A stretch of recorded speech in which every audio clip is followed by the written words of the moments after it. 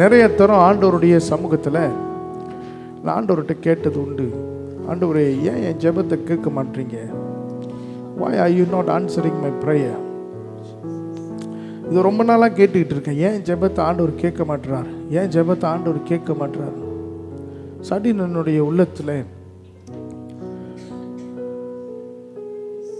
சடீன் something struck me. சடீன் என்னுடைய இருதயத்தில், நான் எத்தனை முறை பேசினேன், நீ கேட்டியா? நான் எத்தனை முறை சொன்னேன், நீ கேட்டியா? எத்தனையோ முறை நான் கேட்டேன், நீ கேட்டியா? எத்தனை முறை நான் சொல்லும் போது நீ கேட்டியானா? இப்போ நீ சொல்லணும்னா நான் கேட்கணும்னு எதிர்பார்க்கிறதானே? அப்படின்னு ஆண்டவர் இருதயத்தில் ஒரு ஒரு ஒரு ஊசியை போல குத்துறது போல, சடின்னு ஒரு குத்துதலை போல, எத்தனையோ முறை நான் பேசினேன், உனக்கு விளங்குச்சான்னு கேட்டேன். இப்போ உன் ஜெபம் கேட்கப்படலன்னா தவிக்கிறியே, உன் ஜெபம் கேட்கப்படலன்னு ரொம்ப துடிக்கிறியே. அப்படிதான் எனக்கும் இருந்துச்சு. எத்தனையோ முறை நான் சொல்லும் போது நீ கேட்காம, காது கொடுக்காம, திரும்பி முகத்தை பார்க்காம முதுக காட்டி போனியே. அத்தனை முறையும் என்னுடைய இருதயம் இப்படி தான் துடிச்சிச்சு, என் மகன் என் சத்தத்தை கேட்காமல் போகிறான் என்று சொல்லி.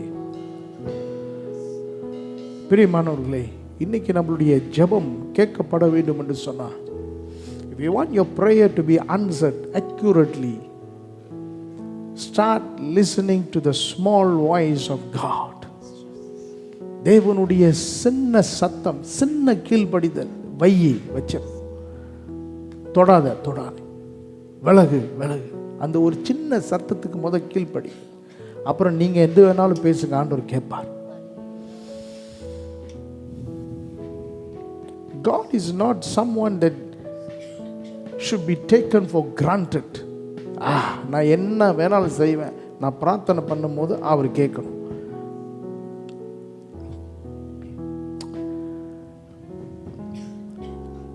நம்ம எவ்வளவுக்கு எவ்வளவு அவர் கிட்ட போகிறோமோ அவ்வளவுக்கு அவ்வளவு அவர் நம்ம கிட்ட வருவேன்னு சொல்லியிருக்கிறார். எவன் ஒருவன் என் சத்தத்தை கேட்டு, நல்லா கவனிங்க, anyone who hears my voice and open the door, அப்பதான் நான் உள்ள வந்து அவனோடு நான் போஜனம் பண்ணுவேன். Then only I will come and have communication or conversation or union with him. அப்படிதான் ஆண்டவர் சொல்லுகிறார். பிரியமானவர்களே,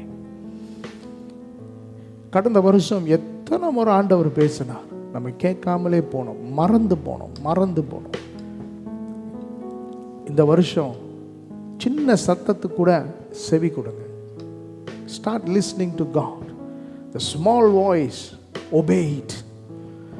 அப்புறம் பாருங்க, நீங்க உட்கார்ந்து ஜெபிக்கும் போது ஆண்டவர் எப்படி உங்க ஜெபத்தை கேட்கிறாரு. ஹல்லேலூயா. உகந்த காணிக்கையா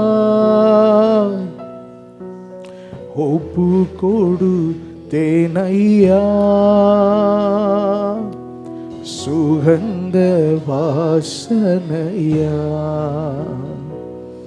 முகர்ந்து மகிழுமையா.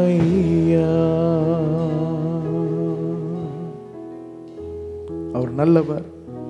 இந்த வருஷம் நம்மளை நீதிமானாய் நடந்து கொள்ள ஆண்டவர் எதிர்பார்க்கிறார். இயேசுவின் பேரால வேண்டி ஜெபிக்கிறோம். எங்க ஜீவனுள்ள நல்ல பிதாவே, ஆமென், ஆமென்.